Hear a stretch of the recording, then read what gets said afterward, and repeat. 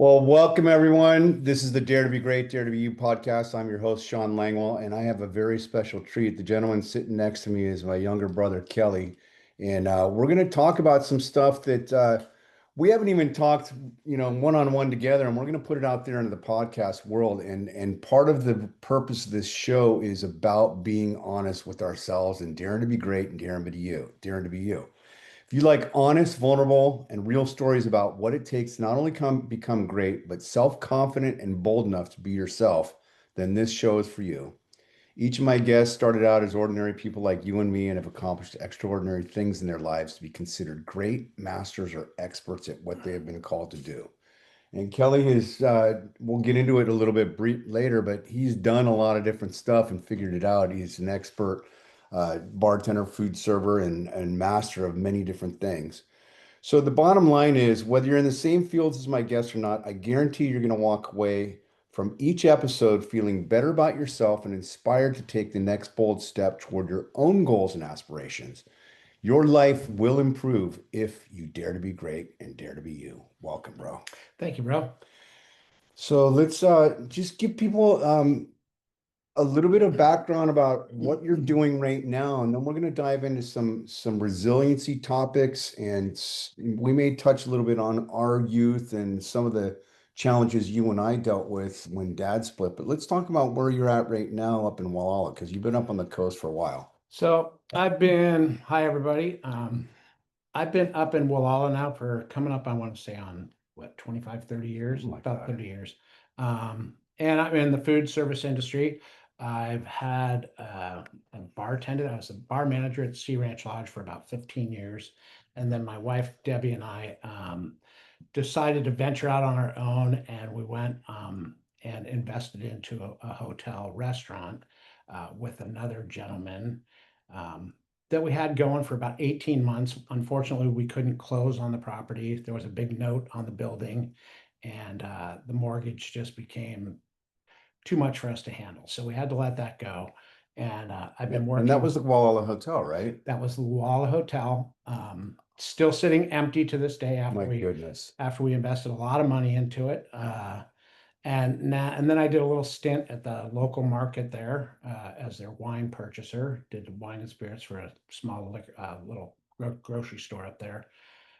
And now I've been a server at the View Kitchen at Breakers Inn in Walla. There, it's right on the water, right at the mouth of the Walla River, and I've been enjoying that. So Yeah, and one of the things that the title of the show is daunting for some, and really I just daring to be great. That could be sounding like contentious or pretentious, not contentious, but pretentious. But you and I cut our teeth in the food service industry, and you actually got the first job going all the way back to the Marine Yacht Club, and you were, I think, 14. I was 16. I got a crappy job at the golf course shagging balls, and that lasted all of 2 weeks because basically I was target practice for the guys at the driving range, and how it is. I worked I'm at the like, golf course too. no, no, no, no. And then you got me a job down there, and your path has stayed consistent pretty much in the food service business.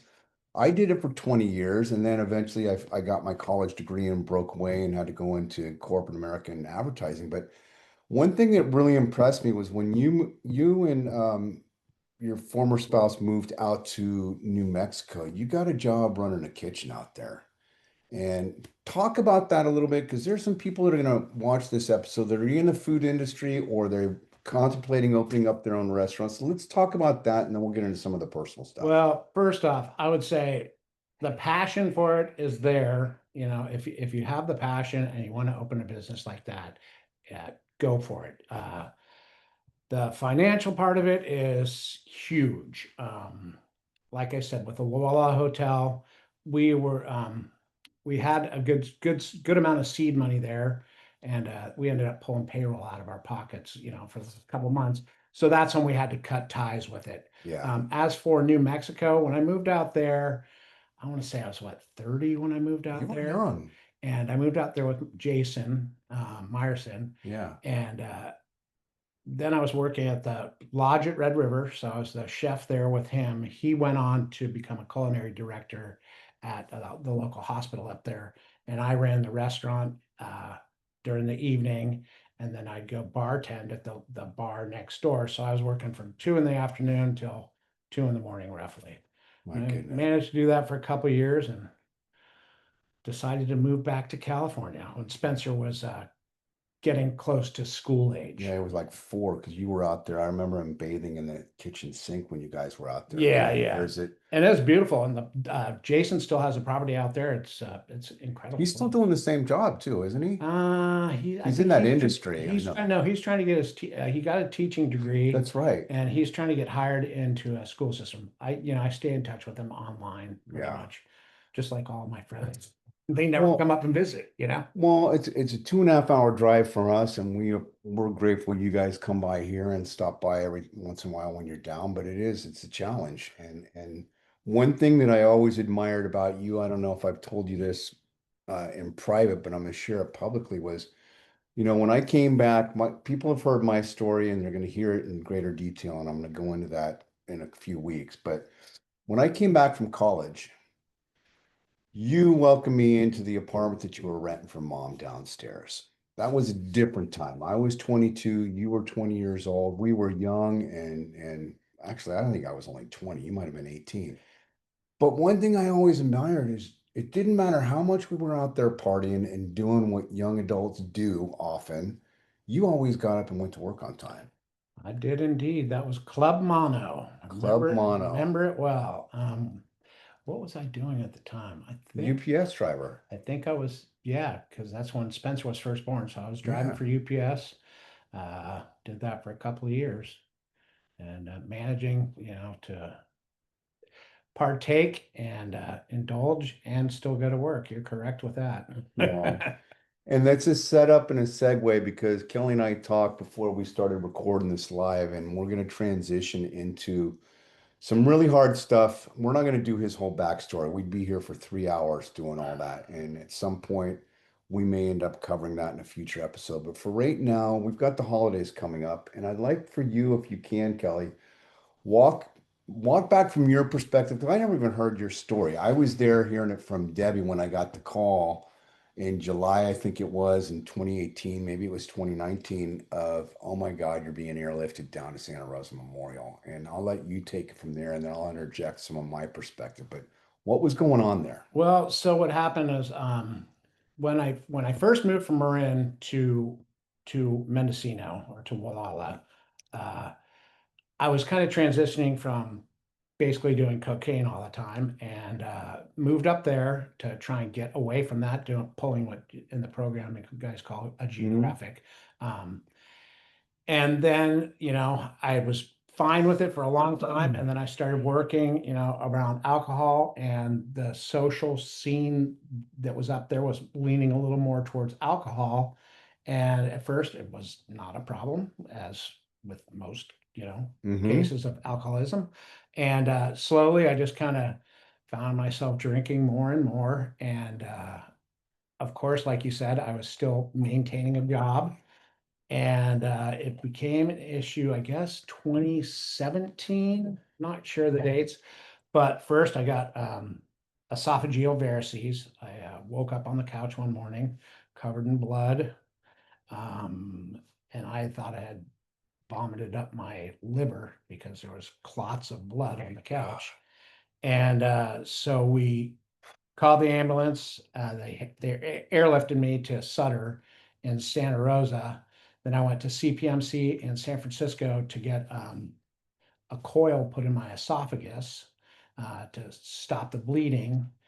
And I stopped drinking at that point for, I want to say, close to 5 years. I abstained. And then I think in the process of the hotel, us finishing the hotel process and me taking a job at the market, I started drinking again. And when I started drinking again, I went into excessive drinking. Um, we'll get in depth, I guess, more Well, another time. you But can go ahead and do it because for those who don't know, I've heard this, but this is new for me too, of that transition. That's why we're doing this, Kelly. yeah, so I mean, I was living a happy life, and just when I stopped drinking for the 5 years, I was all great. I was focused on work, focused on family, everything was in place. And then I just slipped into the pattern of starting to drinking again. And when I was before I had the esophageal varices, I was more of, I want to call it a maintenance drinker. You know, Mm-hmm. I was a bartender, so I would basically always have a glass of whiskey. Bushmills was my choice. And I always have it one end of the bar or the other, and I just sip on that all night while I was taking care of guests and everything. And I think it gradually became more and more. And then I quit when I had the surgery on my esophagus. And then when I started again after the hotel, which was, I want to say, It was around before, right before, after the 2019. pandemic. So right Yes. around that time. So yeah. So when that all happened, I had started drinking excessively, and I got sick. I was trying to quit drinking. I told Debbie, I said, look, I need to stop drinking. I said, I'm going to get really sick because I could tell that I was so saturated with alcohol that when I didn't have alcohol, I'd get the Yeah. trembles, the shakes, and I'd get blurry vision. I mean, all the classic signs were Yeah. there. Um, so I tried to do it on my own, didn't work, and then I got sick. You know, I kept telling myself, I can do this, I can do that, I can do this. And it didn't work. It didn't work. And you know, it's the kind of saying what they say in the program is you end up what? Institutionalized, Hospitals, hospitalized. institution, or death. Yeah. And we're And going to interject there because on the first trip, I get a call from Debbie, his wife, Debbie, saying Kelly's being airlifted down to Sutter or Santa Rosa Memorial. And I make a beeline up there. And it takes, flying coming down the coast, it takes a little over an hour and 30 minutes to get there. And I'm like 25, 30 minutes. The airlift, he's in the ER there cracking jokes. His hematocrit level, which I don't know a whole lot of, but in talking to some medical doctors, is that your hematocrit level was at 4, which you should have been yeah, technically dead. yeah. I remember I have a And scar he's from where they cracking put jokes the. with blood all over his gown, and I'm going, "What the heck, bro?" And I'm like, it scared the living crap out of me." Was that after? Because I went to rehab at Mountain Vista.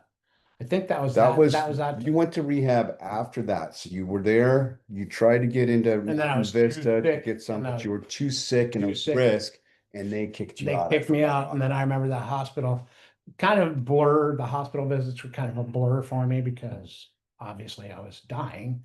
Um, And yeah, I remember you being in the ER, and I remember that doctor going, this guy's gonna die. And he just put like I still have a scar on my neck right here from where he put Oh, that's a right. main line in and started squeezing blood into my body. God And remember that. and I was, like you said, I was totally oblivious to how sick I really was. You know, I thought, oh, da da da, I'm in the hospital, I'll be okay, I'll be okay. And obviously, wasn't my time, and So, and along those lines, the interjection there, both of us had a younger brother, Seth, who died in 1999. correct. And for me, this is important to bring up here. For me, as the oldest of three kids and having gotten sober in 1986, I had a lot of sobriety up to this point. I had almost 12 years, 13 years when my brother Seth died. I tried to help him get sober. And here my other brother is going through a similar problem. And as a brother, I'm powerless over what I can do to help Kelly. And that's part of the challenge of this program, especially with relatives, is to be able to help other relatives do it. But the point I was trying to make is Seth went into Mountain Vista. And here's where the full circle moments come. Seth went in there. He did it for a little bit. He went out. You went in there. You went out. And last year, I got out of the blue, somebody reached out to me to go into a recovery meeting and speak at Mountain Vista. And I tell you guys, do you know how hard it is to go in there and tell my story, knowing that both my brothers went through here and only one of them made it back? That's why we're doing this episode right now. So that's enough about me. But Kelly, let's fast forward to what was it? Coming up on 4 years or 5 years? Coming up on 5 years, December. 5 years, December 20 or December December, no, 26th, 16th is when I got the 16th. transplant. So Okay, I set went, that I, up. I went after I started drinking, and after esophageal surgery and I started drinking again, I became sick because I was trying to quit drinking. Um, all the signs were there for me personally. It gets serious, urinating blood, yellow skin, yellow Yeah, eyes. you were jaundiced I by was super alcohol. jaundiced and I was still working through all this. I was still working. I could barely walk at days because of the pain, the excruciating pain I was in.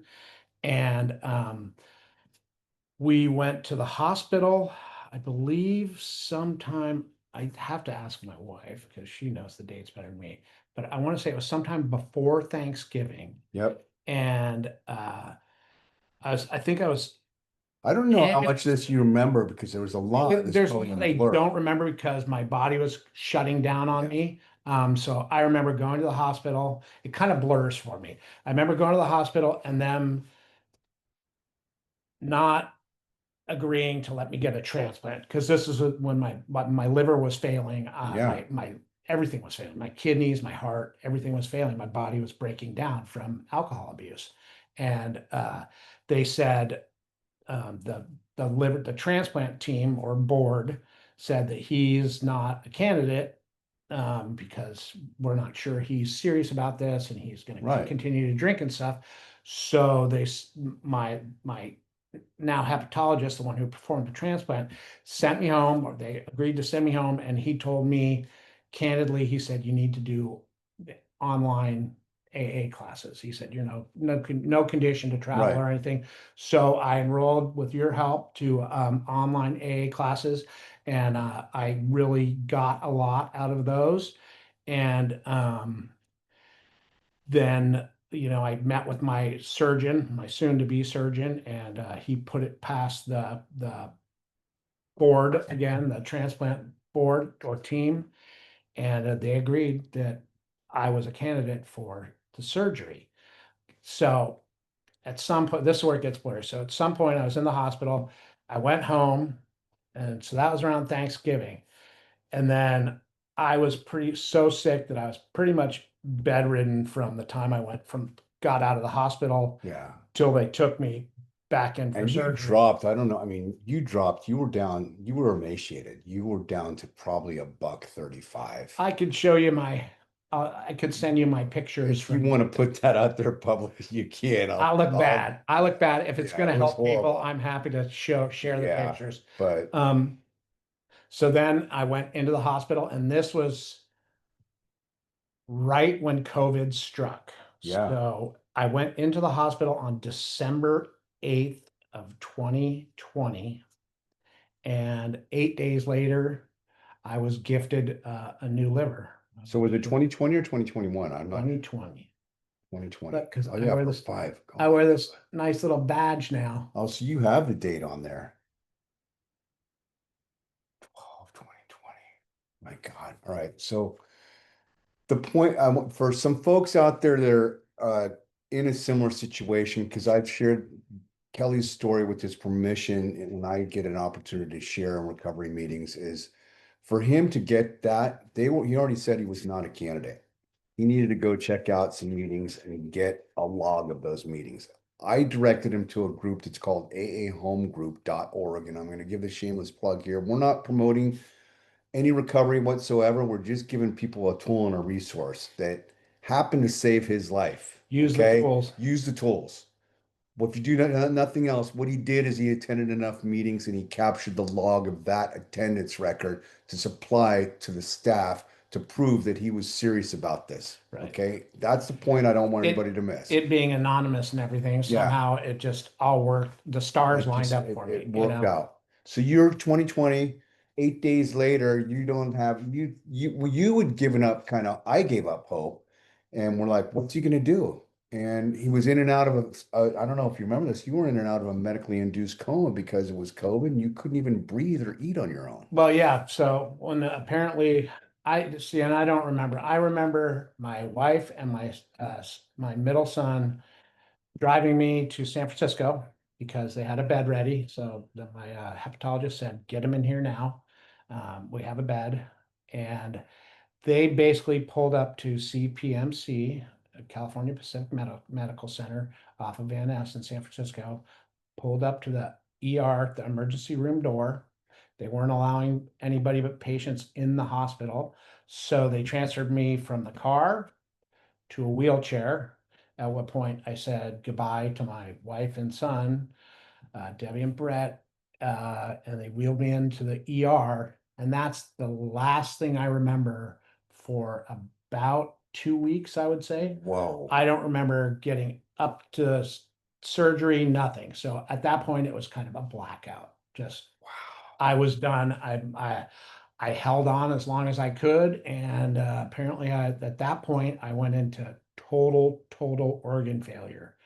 They had to run a central line to my heart. They had to do dialysis to my kidneys. I was on a feeding tube, and I ended up being in the hospital for almost 4 months. So you came to visit me in the hospital, and it was COVID, so we're talking on cell phone through the glass. Pretty trying time, and and this is where I Yeah, because fully, you had a full recovery. It's not just you got the transplant. That's miracle number one. yeah, Christmas miracle, a little early. yeah, But I mean, all I want for Christmas is a liver. I right, mean, it's right. a joke that it's not a joke, but you had a long recovery period and a whole lot more. You don't have to share all the details, but it's not just like getting your oil change, which we've got to go pick up my car in a little bit. But anyway, Yeah, it is a long recovery process. Part of the recovery, I mean, I had to learn how to walk again. I was about what my current weight is about 220.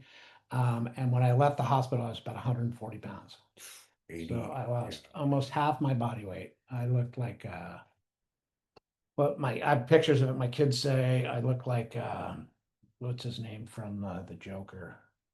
Oh God, I don't know. Joaquin Phoenix. Yeah. I had the Wow. bushy eyebrows, I had everything. Um, but with the support of family is huge on Sean's part, my mom, my wife, my children, my grandchildren, everybody was there and very supportive. And I think that that is a key to my continued sobriety, because it's been coming up on 5 years now.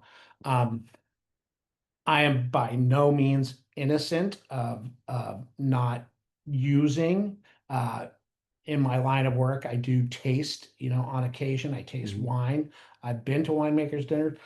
I don't have the urge to continue to drink, so I can turn it off and on as I need. But with the gift that I was given, the gift of life, literally, I choose to honor that and Yeah. not drink, Mhm. And it's an important distinction. That's why I clarified up front because I'm not here to promote one way or the other. What I'm doing here, right now is something that we know before my sponsor passed in recovery, he said, I'm like, what do I do to get through to Kelly the first time? And he said, here, you tell him you know where the solution is. He knows you're sober in recovery. He said, give him this book and say, I love you and I hope you get it. I still have it on my headboard. And I went, oh my God, that's the hardest thing I had to do in my life. And then this other thing, um, I don't even remember exactly what I said, but there was a period there where it was just like, and at that time I said, bro, we already lost one. Mom does not want to lose another son, and I don't want to lose another brother. So for those that are out there listening who have friends or relatives, as we roll into the holidays, know that our family needs us. And even if we don't have the right answers, there are so much tools and resources that we can't control anything. All I did was give Kelly a web address And it and he works. figured it out. And you're 5 years relatively sober. You're sober with the exception of tasting. Your life, you got back your 80 pounds or however much it was you lost. And when people are happy, well, we can't say it because they'll get ticked off, but you go to one of the happiest places on earth, and we all know what that place is. On my And way you're coming up on there. 24 years of Celebrating 24 celebrating your years of marriage. marriage. So Going to Orlando. what I like to do at the end here, bro, is give people from you, and then I'll wrap it up finally. If you had to say one thing to somebody who happens to be 18, 19, 20, 21, or 22 years old, maybe it's your kid, maybe it's an older, younger version of yourself, but what advice, and it doesn't have to be recovery based, it can be just wisdom in general. What would you say to that younger generation, knowing what you now know now, 30 to 35 years later? Well, I don't know. That's a tough one because times are obviously so different now. I would say pay attention to your body, pay attention to your family and friends, because they love you. And if you're fortunate enough to have family and friends that are honest enough to be honest with you, then you have to listen. You do have to listen. Otherwise, you end up like me. And not everybody gets as lucky as I did. And that's the one thing that I take away from this is the fact that I'm very fortunate. Here, you give me a hug, bro. I love you. So, folks, this is the second hardest episode I've done.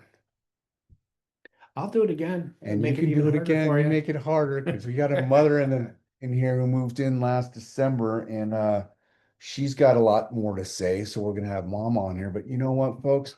Part of the reason why I did this show is so that we can have moments like this and reach through the layers of what I call crap and bullshit and do what Kelly just said. Pay attention to your family, reach out and let them know you love them. If you get nothing else out of this episode, it doesn't matter where we came from or what our line of work is or the color of our skin or our address or zip code or how much money we make. At the end of the day, all that really matters is this life and loving each other and not being a dick. Ain't it Love the you. truth? Next time we'll join just come back. Keep coming back. You know, that's a great saying for me, but it's also an opportunity for you to learn from other people besides just me or my brother, because I have a lot of guests on the show and there's a whole bunch more coming up that are going to blow your mind. This has been Dare to Be Great, Dare to Be You. I'm your host, Sean Langwell, and that's my bro, Kelly. Love you. Have a good one. You're welcome.